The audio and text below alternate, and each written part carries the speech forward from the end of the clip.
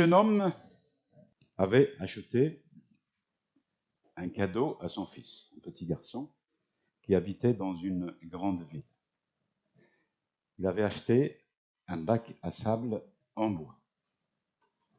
Un jour, la grand-mère est venue rendre visite à la maman du garçon. Et donc, le petit garçon avait invité sa mère et sa grand-mère à jouer avec lui dans le bac à sable que le père avait installé au petit jardin à l'avant de la maison. Et donc, les deux femmes sont rentrées dans le bac à sable et commençaient à jouer avec le petit garçon. Le petit garçon avait donné donc un seau et une pelle à chacune d'elles. Elles ont commencé donc à jouer avec le petit garçon. Et puis, elles commençaient à parler, à discuter entre elles. Elles ont remarqué que les passants étaient intéressés par ce qu'elles faisaient,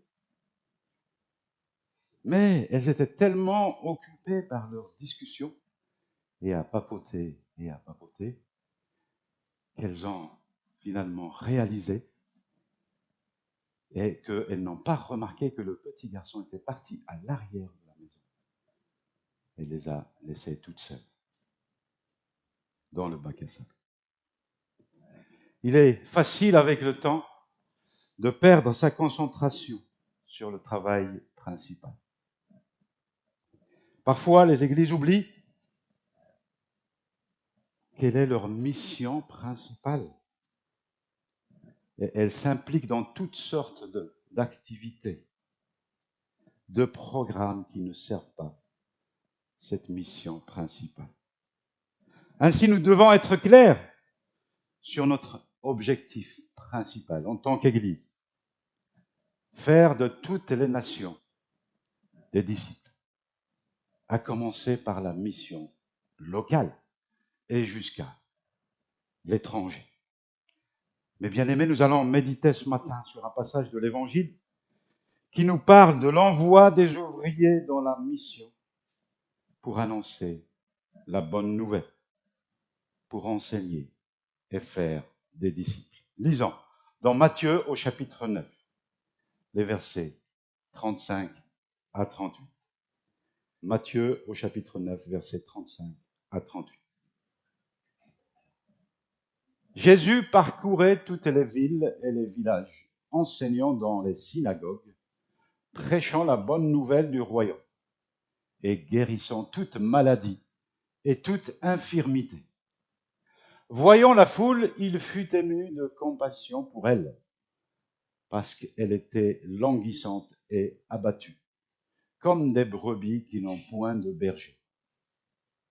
Alors il dit à ses disciples, « La moisson est grande, mais il y a peu d'ouvriers. Priez donc le maître de la moisson d'envoyer des ouvriers dans sa moisson. » Amen. Que faisait Jésus dans son ministère?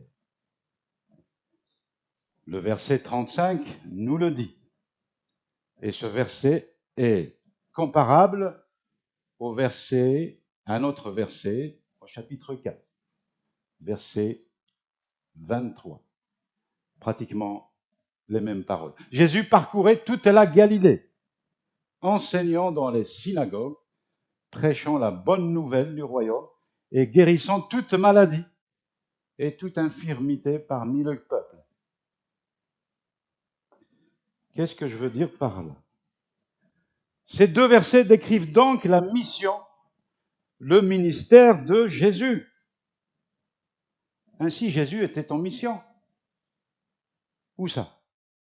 Dans son pays natal, au pays d'Israël. Jésus était missionnaire au pays d'Israël. Et ce ministère a commencé tout de suite après quoi? Après son baptême et sa tentation dans le désert. Tout de suite ici, au verset 23 du chapitre 4. Donc le commencement de l'évangile de Matthieu. C'est donc en Israël, dans son pays natal, que Jésus a accompli sa mission. Pourquoi seulement en Israël? À la femme cananéenne qui avait une fille tourmentée par les démons, Jésus lui dit, « Je n'ai été envoyé que vers les brebis perdues d'Israël. » Jacob, devenu Israël, était le peuple choisi par Dieu. L'Éternel, Yahweh, celui qui s'appelle « Je suis », a fait alliance avec son peuple au mont Sinaï. Il lui a donné la loi. Avec le temps, le peuple a désobéi. Et Dieu a envoyé ses prophètes pendant des siècles pour rappeler à l'ordre son peuple qui désobéissait. Et puis par la suite, il a donné la promesse de la venue du Messie, le Messie sauveur.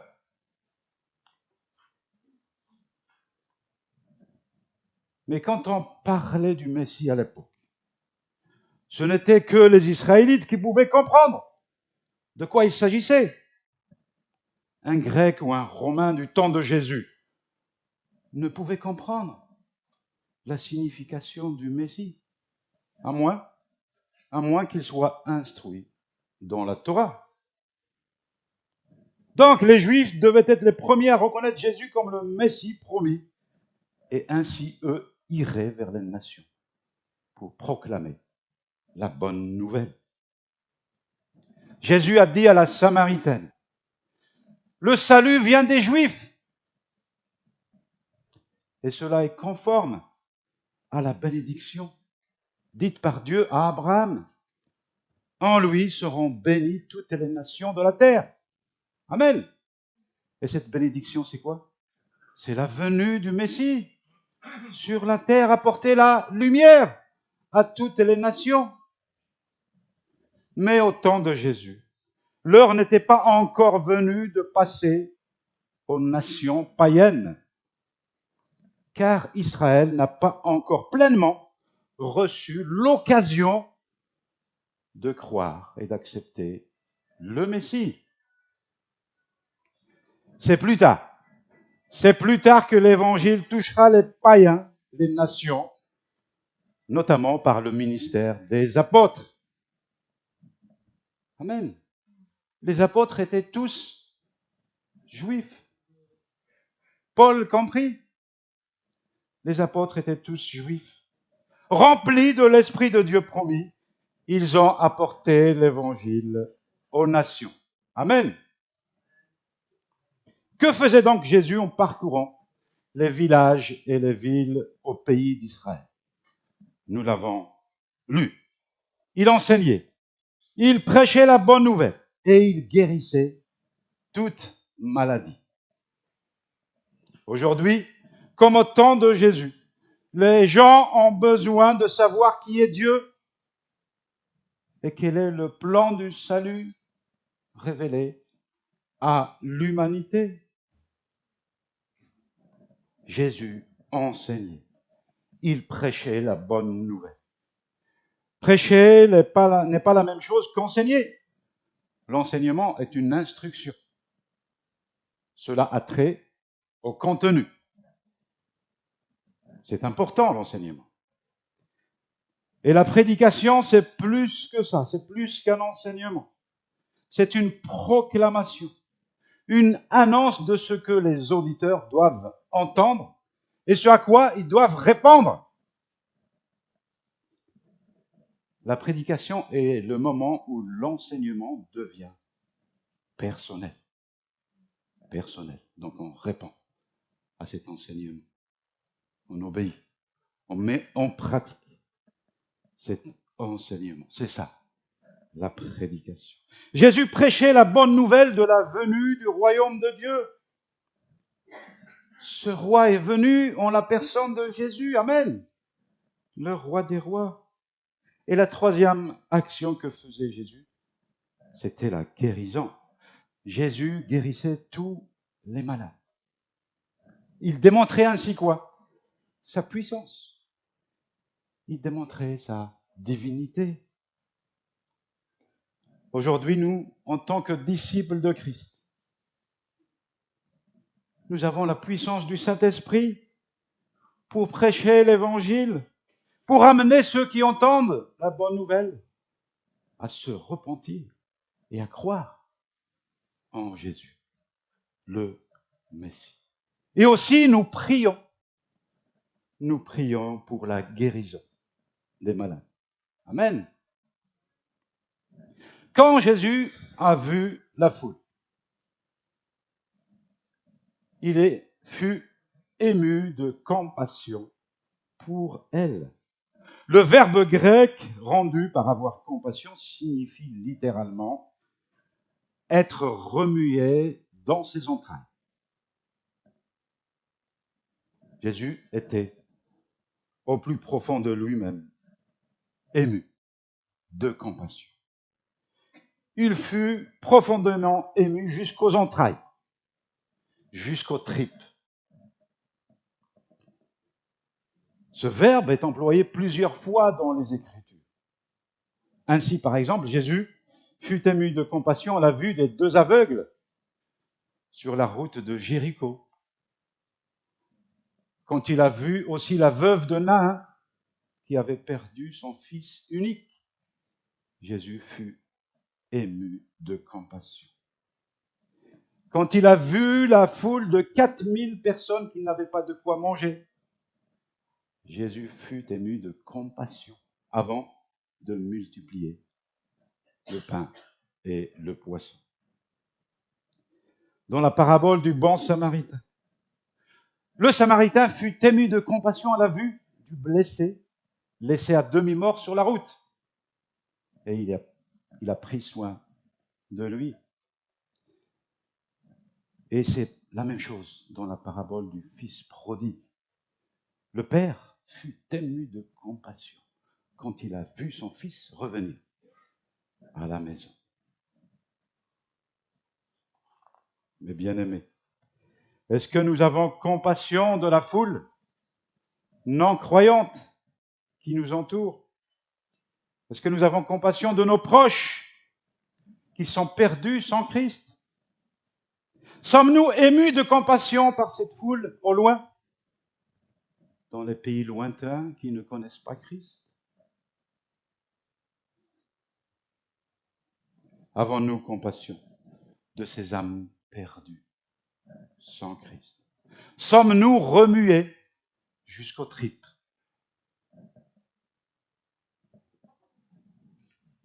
George Müller, le célèbre pasteur missionnaire allemand, qui était donc missionnaire en Angleterre, a travaillé pendant des dizaines d'années en Angleterre.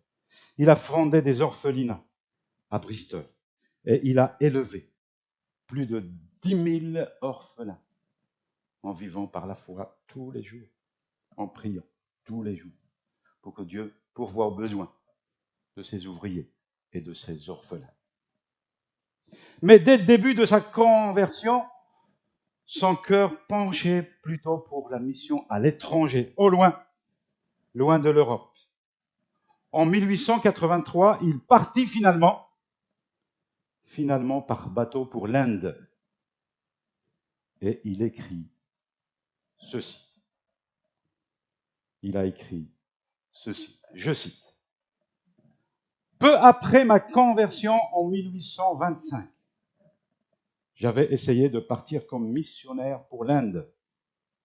Et dans les 8 années qui suivirent, je m'étais encore offert à 4 reprises, de façon très solennelle et avec prière, mais inutilement.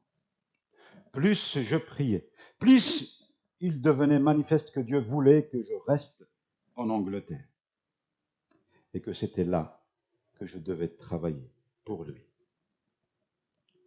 À 79 ans, quelques 50 ans après ma dernière offre de départ, je parlais à nouveau de l'Inde au Seigneur. Et cette fois-ci, il exauça ma prière. Donc, en 1883, dans les ports où il faisait escale, partait par bateau en Inde, puis dans les villes et les villages visités en Inde partout, George Müller évangélisait, prêchait la bonne nouvelle, fortifier les chrétiens se trouvant sur place. George Muller était particulièrement ému de compassion en voyant cette foule, cette multitude sans Christ, comme Jésus fut ému de compassion en voyant cette foule dans son pays natal. Ce verset 36 dans Matthieu dit par la suite, cette foule était abattue, désemparée, languissante, comme des brebis qui n'ont point de berger. Beaucoup de passages dans l'Ancien Testament, notamment dans les livres de Zacharie, de Jérémie, d'Ézéchiel, parlent de ces bergers impies qui dirigeaient le peuple. Mais ces bergers étaient corrompus, violents, menteurs, négligents, égoïstes. Ces bergers impies, c'était les faux prophètes. C'était ces rois rebelles comme Akab. Nous pouvons dire que les foules du temps de Jésus étaient pareillement sous la direction des scribes et des pharisiens, étaient dirigées par des bergers impies aussi. Et Jésus, c'est lui le véritable bon berger. Il affirme dans Jean chapitre 10, « Je suis le bon berger. Le bon berger donne sa vie pour ses brebis. Je connais mes brebis. Et elles me connaissent au verset 14 et au verset 16. J'ai encore d'autres brebis qui ne sont pas de cette bergerie. Celles-là, il faut que je les amène. Elles entendront ma voix. Et il y aura un seul troupeau, un seul berger. Amen. L'Église universelle, c'est ça, le seul troupeau. Christ est le chef de son Église. Christ est le bon berger. Amen. Regardons maintenant les versets 37 et 38. Alors il dit à ses disciples, « La moisson est grande, mais il y a peu d'ouvriers. Priez donc le maître de la moisson d'envoyer des ouvriers dans sa moisson. » Mes bien-aimés, Christ nous recommande de prier pour la moisson, de prier pour que les servantes et les serviteurs de Dieu se lèvent pour aller en mission, soit localement, là où ils sont, à prêcher la bonne nouvelle, soit à l'étranger. Et quand Dieu envoie, il équipe. Amen. Il donne les dons nécessaires. Et il pourvoit aux besoins. Amen. Il pourvoit aux besoins de ses enfants, de ses missionnaires. La prière est un engagement missionnaire que nous pouvons tous prendre. Amen. Tout chrétien peut prier pour la mission. Et nous devons prendre au sérieux et prier pour la mission. Et obéir ainsi à la parole de Dieu. Nous prions pour nos différentes équipes de missionnaires de notre fédération baptiste qui sont en œuvre en Afrique, en Asie. Nous les soutenons aussi financièrement. Nous donnons chaque année un chèque, nous, Église locale, et nous pouvons donner aussi ponctuellement pour les missionnaires, comme nous l'avons déjà fait dans le passé, avec Nathan et Luis Lina au Cameroun, et qui sont soutenus par notre fédération. La prière est le signe de notre entière dépendance à Dieu. Amen. C'est parce que nous prions, nous disons que nous sommes dépendants du Seigneur et de lui seul, qui est notre Père, et il prend soin de ses enfants. Il s'appelle Young Ho, un Nord-Coréen. Il a fui son pays à la recherche de nourriture et de vie meilleure en 2017-2018. Il arrive ainsi en Chine et rencontre un missionnaire chrétien. et accepte Christ dans sa vie, après quelque temps. Un jour, le bureau de sécurité publique chinoise a fait irruption dans les locaux de la mission chrétienne et ce bureau a renvoyé tous les Nord-Coréens qui étaient là. Et dès son retour à son pays, Jung-ho fut jeté en prison pour avoir tout simplement fui son pays. Après 6 mois, dans le camp de prisonniers et avec des travaux forcés, le poids de cet homme tomba jusqu'à 35 kilos. Il ne pesait que 35 kilos à cause des faibles ratios de nourriture et des travaux forcés.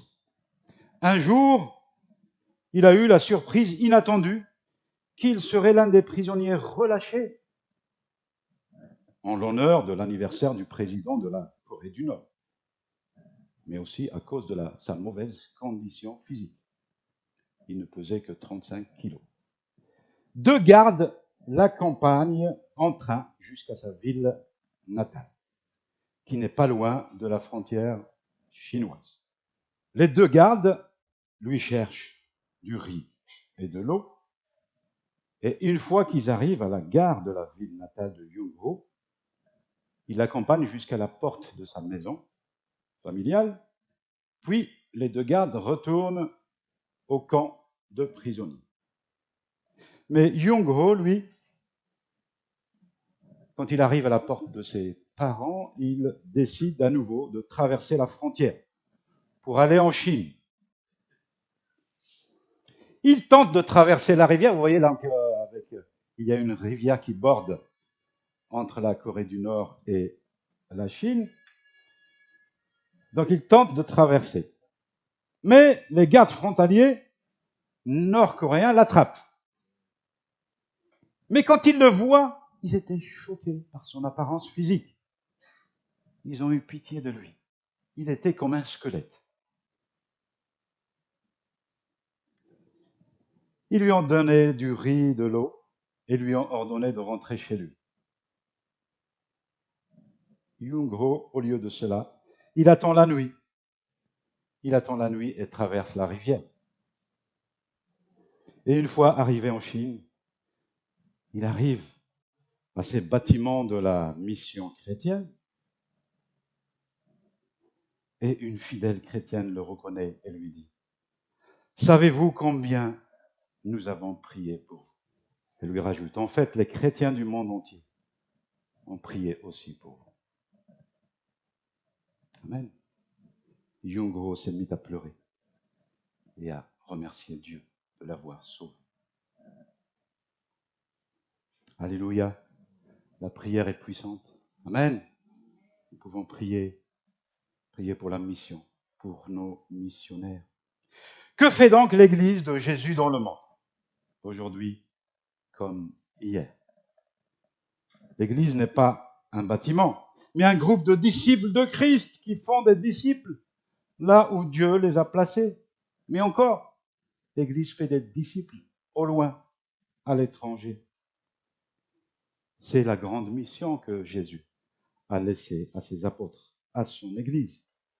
Dans Matthieu au chapitre dernier, chapitre 28, Jésus qui dit à ses disciples, « Allez, faites de toutes les nations des disciples. » Amen. Comment faire des disciples? Jésus nous l'a enseigné. En enseignant, en prêchant l'évangile, en priant pour les malades, en faisant des activités dans le social, dans l'humanitaire, etc. Et en apprenant à ses nouveaux disciples à obéir aux commandements. Amen. Du Seigneur. Être en mission à l'étranger fait donc partie de la mission de l'Église. Alléluia. Le plan de Dieu. Le plan de Dieu, c'est que les chrétiens soient impliqués d'une manière ou d'une autre dans une mission locale ou dans une mission à l'étranger. Mes bien-aimés, Ne lâchons pas notre concentration sur notre objectif principal, sur la mission principale, faire des disciples, localement et aussi à l'étranger. Prions le Seigneur de la moisson d'envoyer des ouvriers dans la moisson. Soutenons la mission de notre fédération, EBM International, Église baptiste en mission à l'international.